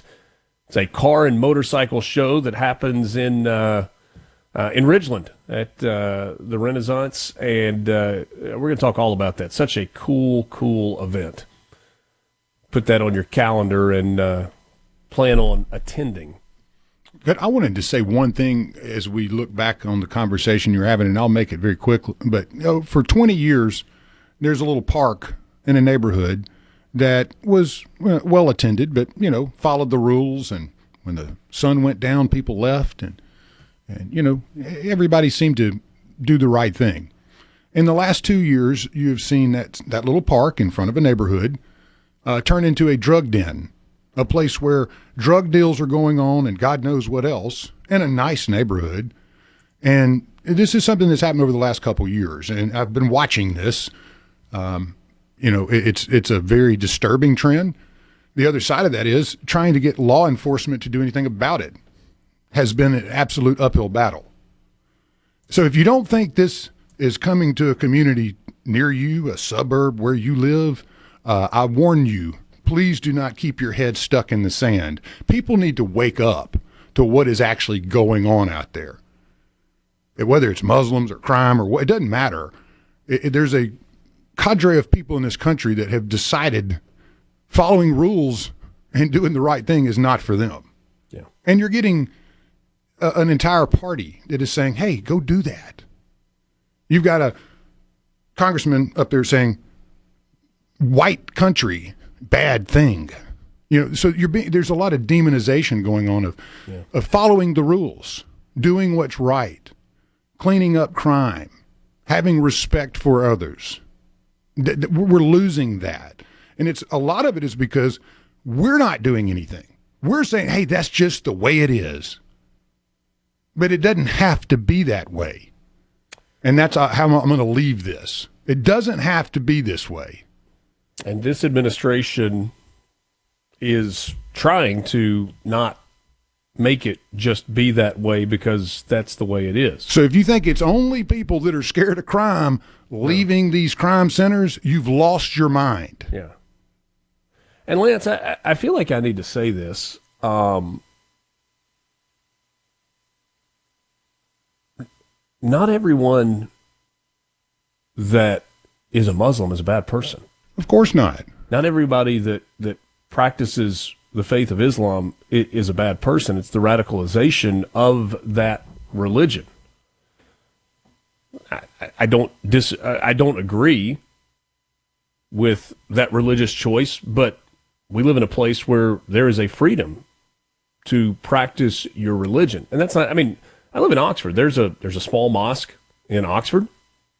There is a small Muslim community that is in Oxford. But I don't walk around the square and see a group of 200 angry, shirtless men beating their chests and chanting. I don't wake up to a siren over a loudspeaker with a call for prayer 6 times a day where I live. And I'm not saying that practicing the call to prayer is even a bad thing, but it doesn't need to be shoved down the throats of people who don't practice that. The problem, though, is what you have in places like in Texas where that entire Islamic community is being built. The radicalization, the practice of Sharia law, the public funding of Muslim schools, like we talked about earlier, that is already happening in Tennessee with their Freedom of Education or School Choice Act. Who knew that the voice of reason on the Democrat side of things was going to come from Senator John Fetterman? He posted yesterday on X, "It's a sad day for our nation. Our government," well, I guess this was 2 days ago, "our government shuts down at midnight." Listen to John Fetterman explain why he voted the way he did. Hi, this evening I just voted for 2 CRs tonight. And the first one votes to affirm that we would like to extend the ACA tax credits because, of course, I voted for health care. The second vote is about making sure that we keep our government open, and I did vote for that because I think it's a sad event if we shut our government down later today. So for me, our nation doesn't believe that kinds of chaos. Now, for me, it's about more over the country, not the party in this kinds of moments just like this. Democrats are not going to like the fact that John Fetterman said it's more about our country than the party, talking about the Democrat Party. He said he did vote for the continuing resolution to continue funding the ACA subsidies because he believes in health care for all. But he also voted for the continuing resolution that was passed in the House and sent to the Senate. He was one of, 4 either Democrats or independents that crossed over and voted with Republicans, but they were still 4 shy of that threshold to get to 60 votes to keep the government open. That clean continuing resolution that would fund the government at the levels that it was being funded under Biden. Thomas says, guess he's walking proof that you can't judge a book by its cover. He simply holds his principles over the party with which he aligns, something we need on both sides. Well, and another message, very few, left or right, put country over party. That's from Allen. I wonder if John Fetterman is worried for his life, though, as many on the right are. Seems like a guy like him is taking a stance on the left that maybe, is a logical one. It is a counterweight. But yet I don't know if John Fetterman has 20 armed guards around him and wearing, flak jackets in order to feel safe around his own people. I'm just curious, though. I mean, I don't see any people on the left getting targeted. I guess you can just say whatever you want over there and get away with it. Yeah.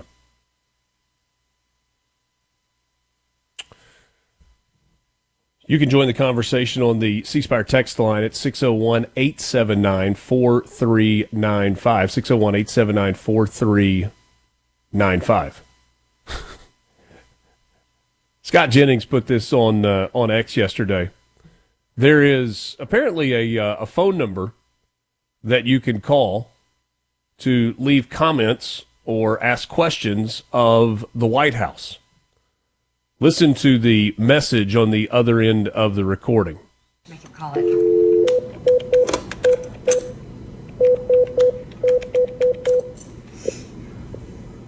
Thank you for calling the White House comment line. Hello, America. This is White House Press Secretary Caroline Leavitt. Democrats in Congress have shut down the federal government because they care more about funding health care for illegal immigrants than they care about serving you, the American people. Until Democrats vote for the clean, Republican-backed continuing resolution to reopen the government, the White House is unable to answer your call or respond to your questions. We look forward to hearing from you again very soon. And in the meantime, please know President Trump will never stop fighting for you. That's Caroline Leavitt on the answer machine at the White House. Jason in Starkville says, let's have some happy stuff for the last few segments. I mean, do you want me to play like the mariachi band memes? Those are classic. They're funny is what they are. We can have a little fun with Mike Marsh coming up next as we talk about the Renaissance Eurofest, which is coming to Jackson soon. We'll do that on the other side of this break. Mornings with Richard Cross, Super Talk, Mississippi.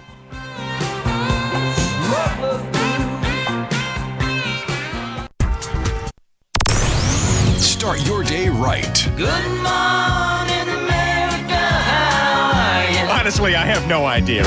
Mornings with Richard Cross on Super Talk, Mississippi.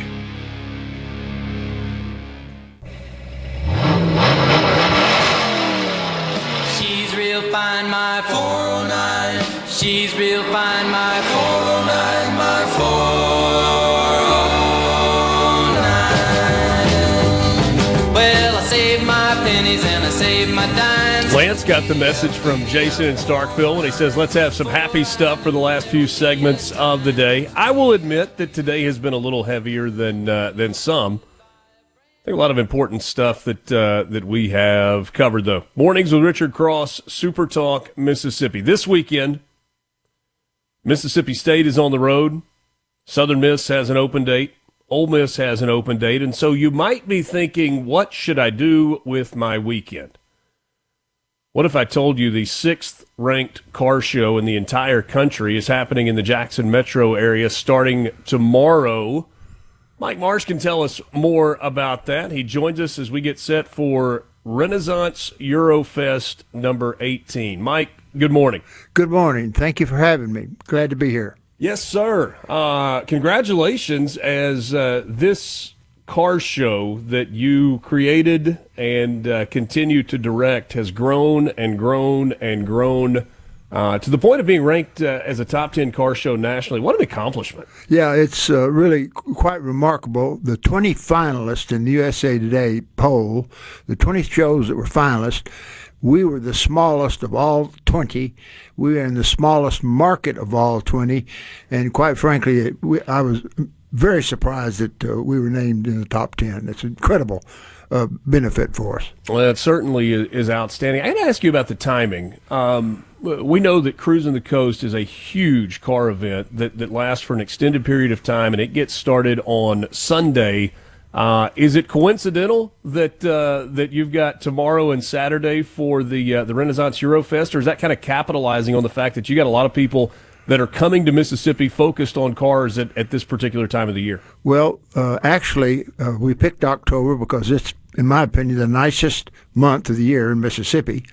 And a lot of other people think the same thing, so they have a lot of events between weddings and all kinds of stuff, football games. But Cruising the Coast is a remarkable show. It's just fantastic. It starts on this Sunday with a little bit of a lighter side and goes into the following Sunday where it really peaks next weekend, not this weekend. Right.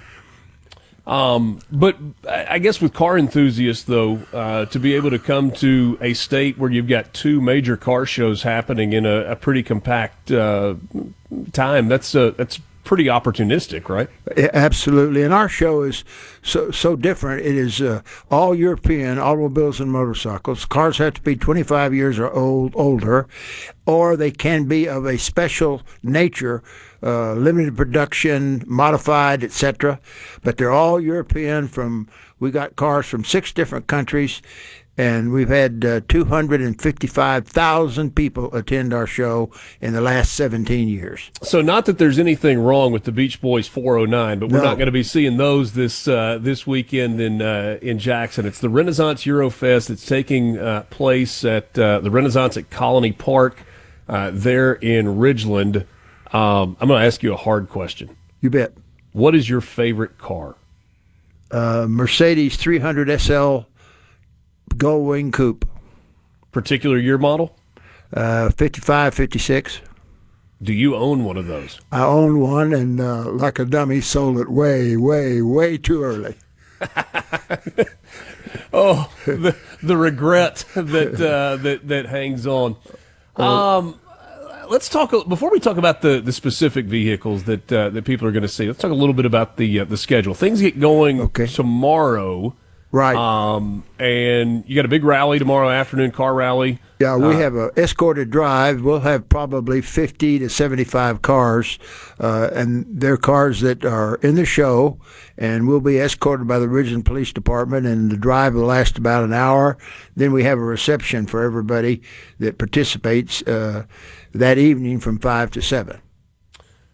So in terms of the vehicles that are going to be on display, I know you said vehicles from 6 different countries, all European makes and models, but give us some highlights.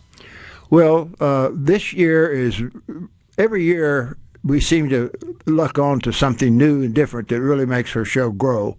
But this year we've got 3 cars coming that I'd never even heard of one of them, or 2 of them actually. We've got a 1935 car coming from England. It's owned by some people in Palm Springs, Florida, and it's a sidecar, Swallow sidecar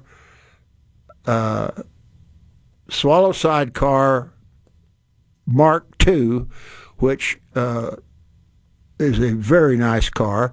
It was made, as I said, it was made in 1935, and the Swallow Sidecar Company's name was changed to Jaguar in 1944 or 45 to get away from the connotation of Germany and SS. But this car has won awards from Pebble Beach to Amelia Island, Florida, to Connecticut, and every major car show in between. We're really fortunate to have it, and it alone is worth coming out to the show and see. It's a piece of rolling art. The other car that's a first-time car we have is a French car called a Citroën Vadant, and it's a very unusual-looking car. If you remember some of the older European movies, you probably would see a lot of these cars in the movie. They were to France as Rolls-Royce is to England. And then the third car that we have coming, actually it's not a car, it's a military vehicle called a Penzinger that's made in Austria. 113 countries use these vehicles for different things, from fire trucks to machine gun platforms to small cannon platforms to ambulances to emergency vehicles carrying people around. Those are all first-time cars, and they will attract a tremendous amount of people.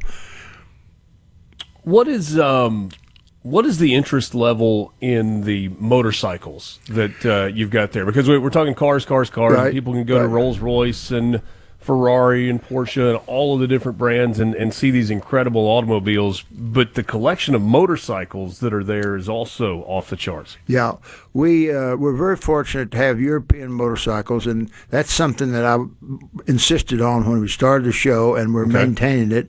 It has, because we're all European, it's not as big a part of the show as the cars, obviously, but we have some beautiful bikes, BSA, AJS, a lot of cars of motorcycles like that, and a couple of real strong collectors in the area bring 3 or 4 of their motorcycles to the show. That's a nice additional part of the show, but quite frankly, it somewhat is a little bit overshadowed by the volume of Maseratis and Jaguars and Ferraris and you name it.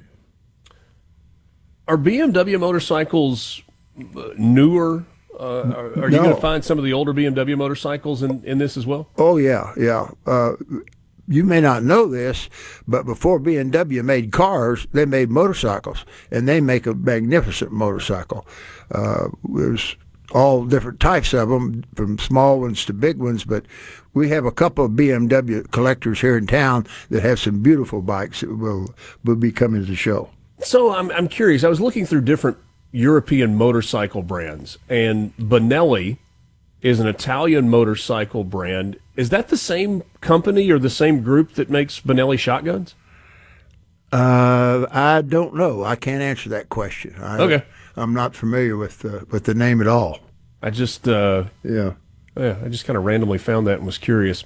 Mike Marsh, founder and director of the Renaissance Eurofest. It's happening starting tomorrow. What are the times? And then, so we talked about the road rally tomorrow, Sure. but also Saturday. All right. The road rally will depart from the Renaissance exactly at 3 o'clock. You go out to Highland Colony Parkway, go up Highland Colony Parkway to 463 and go out to the town out there out on 463. We'll park. Guys will walk around, see the center, have some ice cream, take it easy, and then they'll come back individually on their own back to the Renaissance, where we will have a party for participants, press, and special guests, a small reception from 5 to 7. Then that's all completes Friday's activities. Saturday morning, the show opens technically at 10 o'clock. But all the cars have to be in place by 9 o'clock, which they are. If you want to take pictures, the best time to be there is the early part of the day. Okay. Once the crowd gets there, you can't get good pictures of cars because there'll be so many people around them, and you just you get a lot of people, not much car. So if you want to take pictures, I suggest you come. The first year we held the show, the Renaissance Center did a survey, and the average person stayed for 3.5 hours in the center. So we'll have essentially 4 square blocks of European automobiles, probably 100 to 125 cars. Then to the east of the Renaissance, out on the grass lawn, we'll have a car club corral, primarily Porsche, Mercedes, and BMW. That is a non-judge show. It's more of a social show, and people gather there that like to show their cars, like to visit with car owners. And the great thing about the show is most cases the owner of the car... Mike, I'm sorry. I hate to cut you off. Let's wrap this up on the other side of the break. We'll take a Okay. quick time out. Mornings with Richard Cross. From the SuperTalk, Mississippi. Okay, up and at 'em. Start your day right. Mornings with Richard Cross on SuperTalk, Mississippi.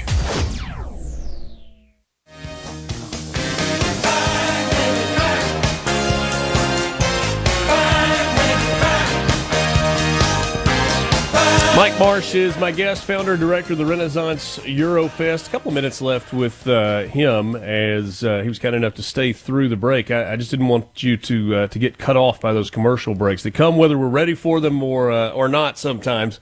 You were talking about schedule of events, what's going on tomorrow, the car club area where you're going to have the what was it, Porsche and Ferrari and BMW, I think you said? Or did I make that up? Actually, it's going to be the Porsche, Mercedes, and BMW car clubs, which are all local in the state.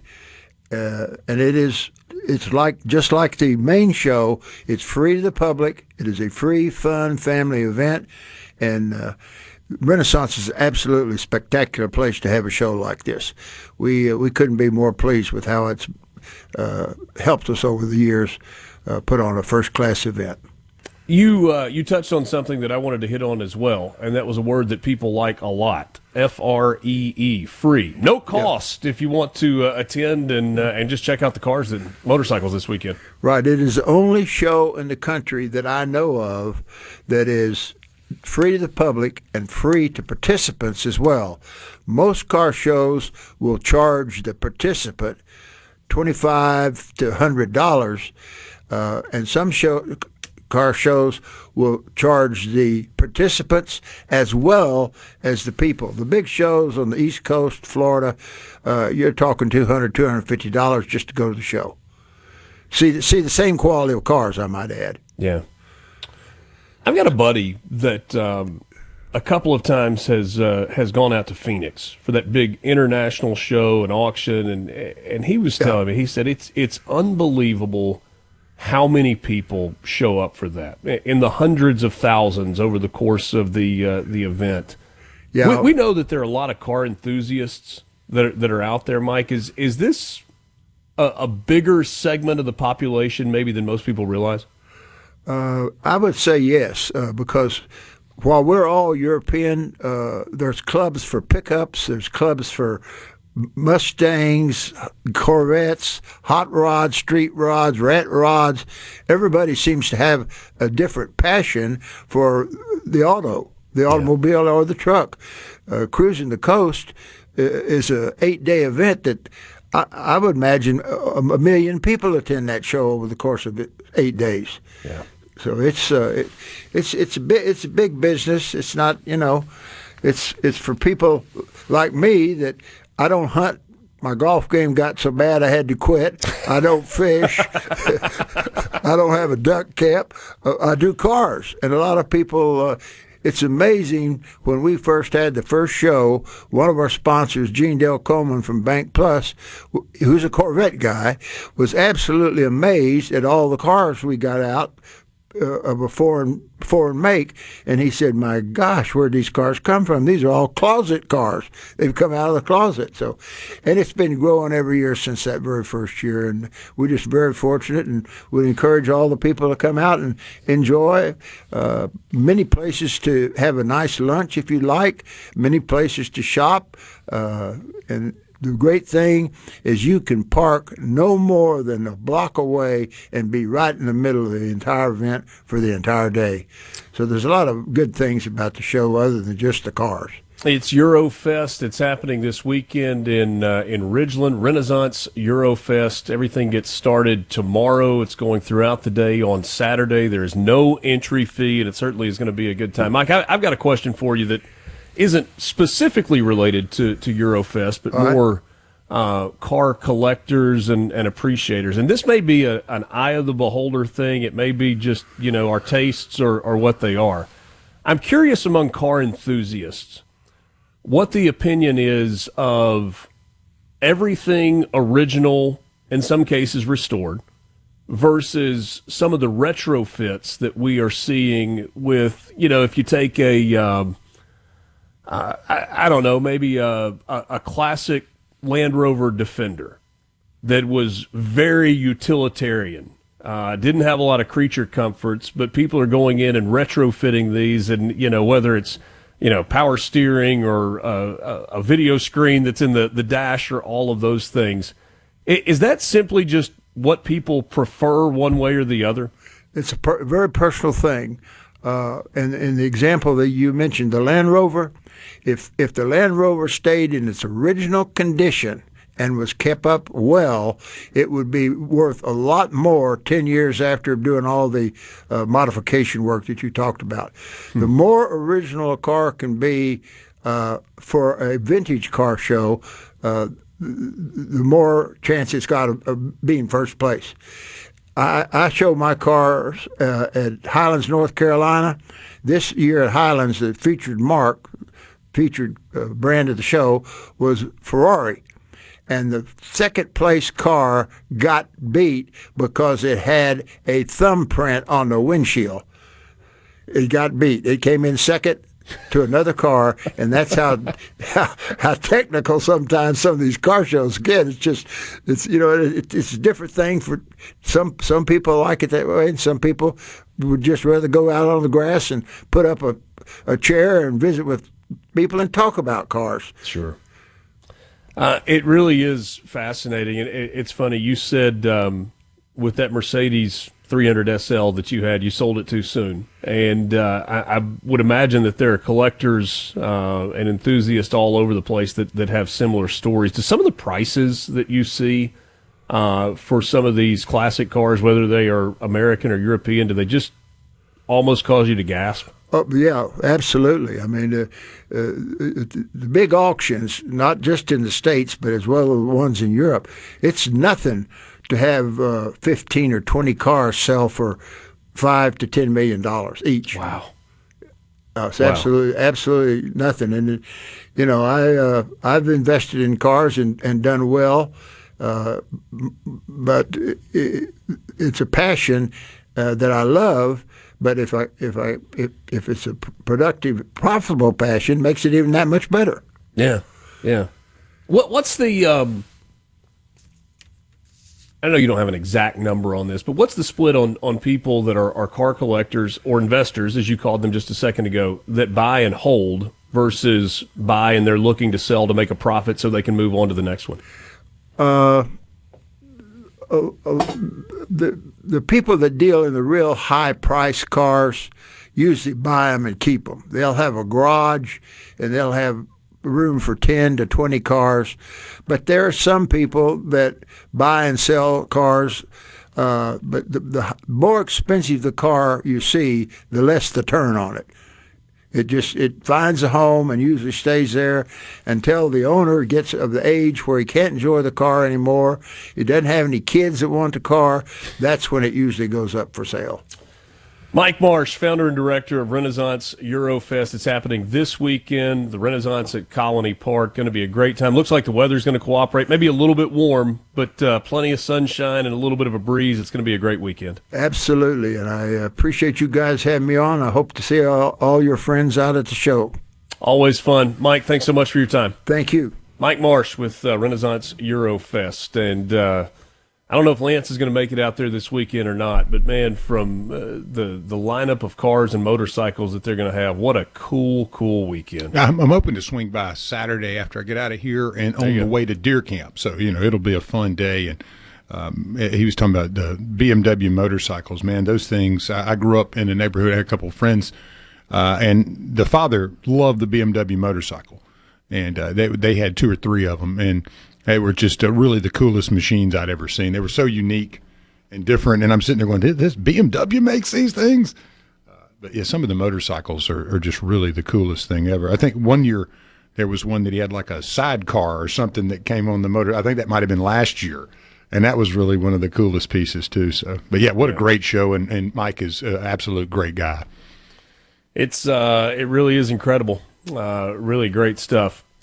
C Spire text line open to you, 601-879-4395. We got a question that somebody just asked, hey, is Congress still getting paid during the government shutdown? The answer to that is yes, but there is one senator, Rick Scott from Florida, who is pushing to abolish paychecks for members of Congress during a government shutdown. September 30, I'm a business guy. I always pass budgets. And by the way, if you didn't do your job in business, you didn't get paid. You don't show up and do your job, you don't get paid. Why are we getting paid? We shouldn't get paid if we don't do our job. We need to figure out how to work together to get our budgets done. It's as simple as that. So you're going to offer legislation to not get paid during shutdowns? Absolutely. I already have a bill. We've got a bill that we don't get paid during the shutdown. Ron Johnson's got a bill that will never have shutdowns. That should pass also. But on top of that, what are the Democrats doing? This is a clean resolution. All we're doing is keeping the funding. Actually, the funding is too high. It's still the Biden funding. But I don't want to shut down government, so I support it. But the Democrats, they want to shut down for whatever reason. How is this good for the country? That's Senator Rick Scott from Florida said he's got a bill in which Congress would not get paid. Good luck with the votes on that, Senator Scott. But I certainly do appreciate the sentiment.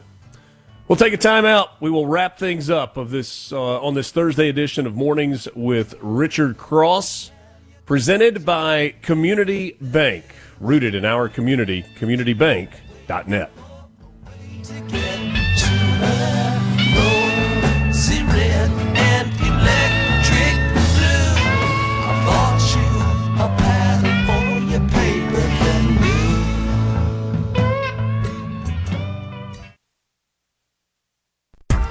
Shine. Start your day right. Mornings with Richard Cross. Nice early morning surprise.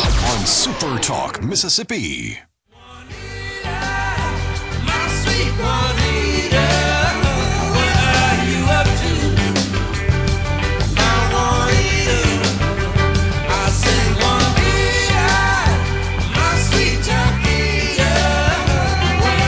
Jason from Pearl. I guess he was joining us from Las Vegas. Man, he's been home all for a little while now. He has been all over the West out there for the last month or so. Yeah, good for him. Glad he's home now, yeah. Hey, with all of this talk about cars and European models and, whatever works for you, I would be remiss if I did not remind you about my friends at Belk Ford and Oxford Toyota. Not going to find any European models. Well, I guess Toyota's not a European brand. Toyota feels about American as any vehicle right now, to be perfectly honest. But whatever you're looking for in the car world, Belk Ford and Oxford Toyota can help you, whether it's a new or a pre-owned vehicle. I was actually looking at their website during the break a second ago, and just you know that I'm an F-150 guy, and I have been for a really long time. A pretty good selection of 2025 F-150s on the lot right now, and a whole bunch more on the way. So if you are in the market for a new or previously owned vehicle, I hope you'll check out my friends at Belk Ford. Online, you can look at the selection, either what's there or what's coming at belkford.net. You can also go to oxfordtoyota.com. And you might say, well, I live in the southern part of the state, or I live in the central part of the state, or I live in the northeast part of the state. Why would I go to Oxford? Well, I promise you they'll take care of you. Great sales staff there. And they're not pushy.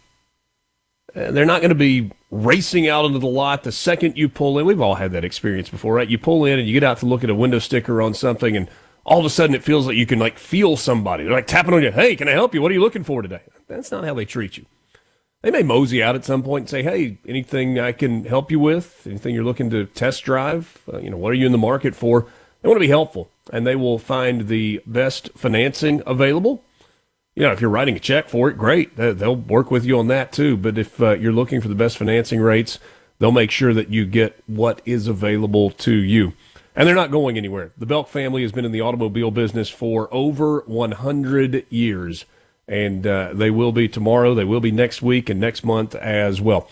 BelkFord.net, OxfordToyota.com. Great selection, whether it's an F-150, an Expedition, an Explorer, maybe a Mustang, or perhaps you're looking at that new Land Cruiser, or a Tundra, or a Tacoma, or a 4Runner, or a Camry. They've got them all at Belk Ford and Oxford Toyota. Highway 6 West in Oxford, BelkFord.net, OxfordToyota.com. Let's see here. The president posted this a little while ago.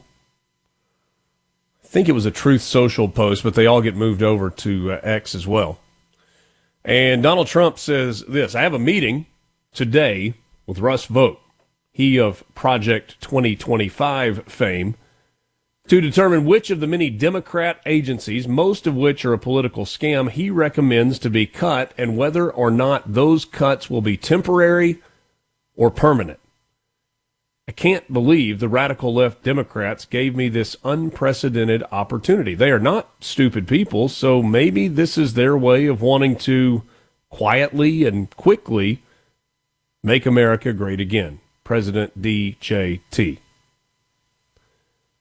Well, whether that was their intention or not, and I seriously doubt that was Democrats' intention, This government shutdown has created an opportunity.